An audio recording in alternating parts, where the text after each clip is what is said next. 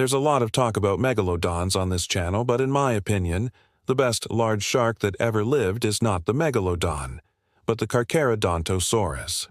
It was smaller than the megalodon, but still a giant. It was lighter and more agile than the megalodon, but still a fearsome predator. And it was able to thrive in a wide variety of habitats, which allowed it to exist alongside other large predators, something the megalodon never managed.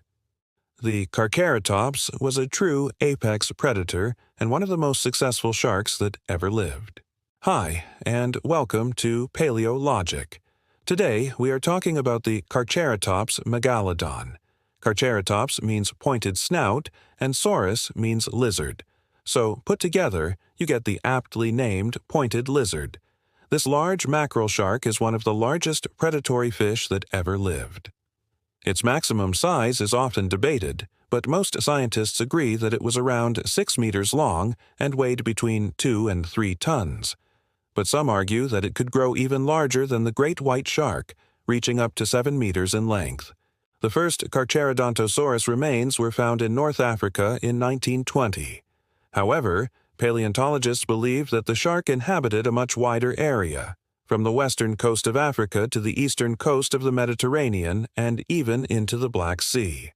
Its fossil record extends from the early Miocene epoch, roughly 20 million years ago, all the way to the late Pliocene, around 2.6 million years ago. This time frame means that the Carcharodontosaurus had a reign of over 18 million years. Even though the Carcharodontosaurus was huge, its fossil record contains only a few dozen specimens. This makes studying this shark difficult because well-preserved fossils are needed for accurate reconstructions. And, considering how large it was, it's surprising that more of its fossils haven't been found. That's probably because its skeleton was mostly made of cartilage, just like today's sharks. Cartilage doesn't preserve in the fossil record as well as bone does, so most cartilaginous skeletons disintegrate over time. Only sometimes do they end up fossilized, and even more rarely do they fossilize completely. But while the Carcharodontosaurus may have been mostly made of cartilage, that didn't make it any less deadly. In fact, being cartilaginous had its own advantages. Not only was it lighter than a comparable bony fish, but cartilage also grows faster than bone, meaning that if a Carcharodontosaurus was injured, it would heal faster too. Despite their cartilaginous skeletons, sharks need calcium for healthy growth. Most animals get calcium from their food, but the Carcharodontosaurus likely had specialized structures called osteoderms embedded in its skin that acted as mineral storage organs, allowing it to absorb calcium directly through its skin. Today, similar structures have only been confirmed in one species of shark, the wobbegong. These flattened, scaly dermal denticles would have absorbed calcium from the sun and possibly even used it to regulate buoyancy without having to rely on a swim bladder or oil-filled liver like most other sharks. Instead, the Carcharodontosaurus's dense, cartilaginous skeleton would have helped it sink like a stone, perfect for an ambush predator. Its head was triangular and flattened, ideal for cutting through water with minimal resistance.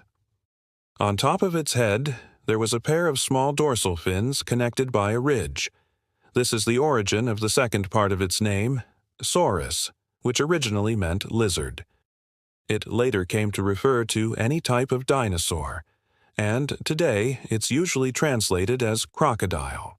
But in the case of the Carcharodontosaurus, lizard is a more accurate translation.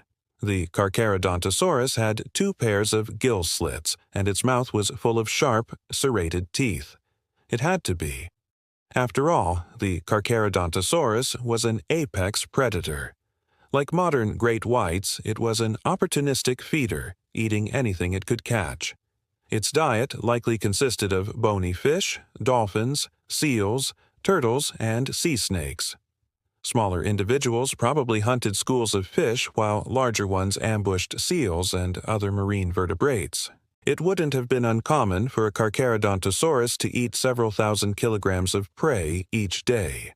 When alive, the Carcharodontosaurus would have looked very similar to a great white shark, although it was larger. Like other mackerel sharks, it was streamlined with a pointed nose and powerful tail. A total of 14 vertebrae were found preserving the rib cage and part of the tail. They show that the Carcharodontosaurus had a slender, flexible vertebral column that would have provided both flexibility and support. The ribs were long and flat, attaching to the vertebrae with their thick ends. The thin ends extended outward toward the pectoral fin. This created a cage-like structure that protected the shark's internal organs and helped it maintain its shape. The Carcharodontosaurus's rib cage was shorter than those of most other mackerel sharks, including the great white. This is interesting because it means that this shark evolved a unique rib cage specifically adapted to its lifestyle. This makes sense considering the Carcharodontosaurus had an incredibly large and powerful bite. It had a maximum gape angle of 78 degrees, meaning it could open its mouth really wide to take down large prey. Its teeth were constantly replaced as they grew throughout its life, and they were especially well suited to piercing the skin of its prey. Like today's great whites, the Carcharodontosaurus likely used suction feeding to capture prey. This means it would have taken advantage of negative pressure in its mouth to suck in prey when it bit down on them.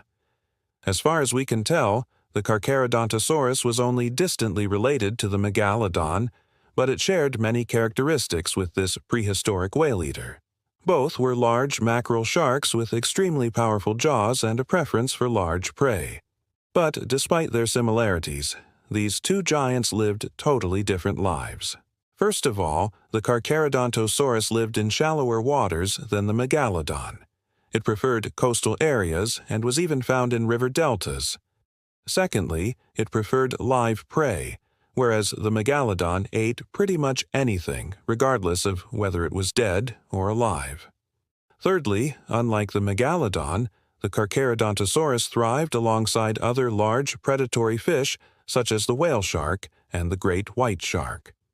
This is impressive considering how large it was and must mean that it was an incredibly efficient hunter. This skill may be one of the reasons why it was so successful. Another reason is its ability to migrate long distances. Mackerel sharks can travel thousands of kilometers each year, and the Carcharodontosaurus was no exception. In fact, it was probably one of the most widely distributed sharks that ever lived. Lastly, the Carcharodontosaurus was very adaptable. It could survive in cold or warm waters, in murky depths, or in sunny shallows. It was truly the jack of all trades and master of all. So why don't we see this mighty shark today? We know that during the Pliocene epoch, the Earth experienced a rapid climate shift resulting in cooling temperatures and lower sea levels. This could have had devastating effects on the Carcharodontosaurus's habitat. It preferred warmer, shallower waters and would have struggled to find enough food in the deep, cold ocean that emerged during this time period. It likely went extinct because it simply couldn't adapt quickly enough to these dramatic changes. Compared to the Megalodon, the Carcharodontosaurus's extinction came relatively recently. However, this means that we have more information about it than we do about most prehistoric creatures. Still, we know relatively little considering how large and successful it was.